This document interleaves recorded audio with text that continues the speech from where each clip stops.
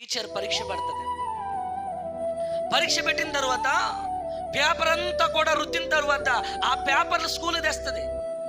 తెచ్చి ఎవడి పేపర్ వాడికి ఇస్తుందండి. ఎవడి పేపర్ వాడికి ఇచ్చిన తర్వాత ఎన్ని మార్కులు వచ్చాయో జాగ్రత్తగా చూసుకోండి రా అంటది.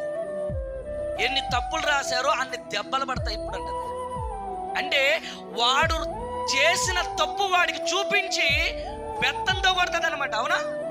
నీ పేపర్ నీ చేతికిచ్చి, అవునా, నీ కళ్ళ ఎదుట నీ పేపర్ని పెట్టి, ఒరే ఈ పాట నేను చెప్పినా కూడా నువ్వు రాయలేదురా, నేను ఈ సంఘటన చెప్పినా కూడా నువ్వు రాయలేదురా, అందుకే నీకు మార్కు రాలేదు, రా ముందుకని పేపర్ చూపించి కొడుతుంది టీచరు.